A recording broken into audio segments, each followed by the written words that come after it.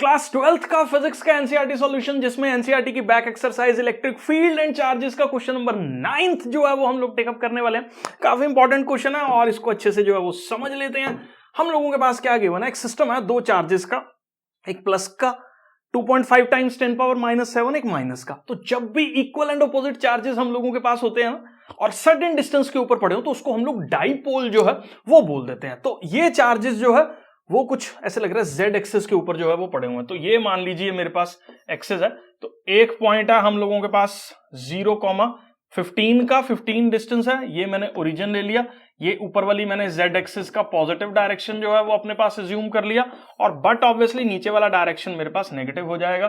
तो यहां पे मेरे पास जो ए चार्ज है वो प्लस का चार्ज है, तो 2.5 टाइम्स 10 पावर -7 कूलम का चार्ज जो है वो यहां पे पड़ा हुआ है। और दूसरा चार्ज यहां पे पड़ा हुआ है जो कि हम लोगों के पास माइनस का 2.5 टाइम्स 10 पावर -7 कूलम का चार्ज जो है वो पड़ा हुआ है। और ये दोनों डिस्टेंसेस जो है वो 15 सेंटीमीटर के हैं। ठीक है, अभी आपके दिमाग में आ रहा होगा कि ये पॉइंट्स दे रखे थे, यहां पे हमने इनको प्लॉट कैसे कर दिया। तो मैंने जेड एक्सिस ही मान लिया। देखो एक्स और वाई तो जीरो है, इसका मतलब बात सिर्फ और सिर्फ जहां पे एक्स और वाई जीरो है वो कौन सा एक्सिस होता है, वो जेड एक्सिस है। मैंने इसी को जेड एक्सिस जो है वो बना लिया। एक चार्ज जो है वो प्लस का यहां पे पड़ा हुआ है, माइनस वाला चार्ज जो है वो यहां पे पड़ा हुआ है। तो यहां पे अगर बात की जाए तो ए डिस्टेंस की बात करूं तो फॉर्मूलाज के हिसाब से ए डिस्टेंस इतना हो गया, और चार्जेस कितने हैं मैग्नीट्यूड के अंदर की बात की जाए तो 2.5 टाइम्स 10 पावर -7 कूलम का चार्ज जो है ये हो गया। What is the total charge and the electric dipole of the system. Total charge की बात की जाए तो देखो बेटा जी, टोटल चार्ज जो है वो किसके बराबर होगा, जितना ये ए चार्ज है और जितना ये बी चार्ज है, तो Q A plus Q B. अब याद रखो चार्ज जो है वो एक स्केलर क्वांटिटी है which is added with their signs. तो यहां पे अगर बात की जाए तो एक चार्ज है मेरे पास प्लस का 2.5 टाइम्स 10 पावर -7 कूलम, और दूसरा चार्ज है मेरे पास माइनस का 2.5 टाइम्स 10 पावर -7 कूलम। दोनों को जब आप ऐड करोगे तो मेरे पास जो टोटल चार्ज की वैल्यू आएगी वो 0 के बराबर जो है वो आ जाएगी। ठीक है, और उसके बाद हमने निकालना क्या, electric dipole of the system.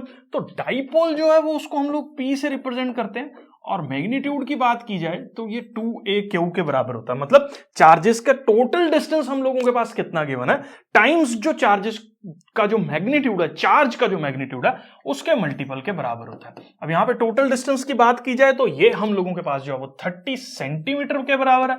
तो इसको हम लोग ऐसा यूनिट्स में लिख रहे हैं 30/100। और हम लोग जो है वो चार्ज की बात करें तो ये चार्ज जो है वो मेरे पास 2.5 टाइम्स 10 पावर -7 कूलम के जो है वो बराबर होगा। तो यहां से P की बात करता हूं मैं, तो ये जब मल्टीप्लाई करूंगा तो ये हमारे पास 2.5 टाइम्स 30 जो है वो 75 के बराबर आ जाएगा। कैसे 75 के बराबर आ जाएगा, ये पहले 10 का पॉइंट हटेगा तो 25 हो जाएगा, 25 3 जा 75 हो जाएगा।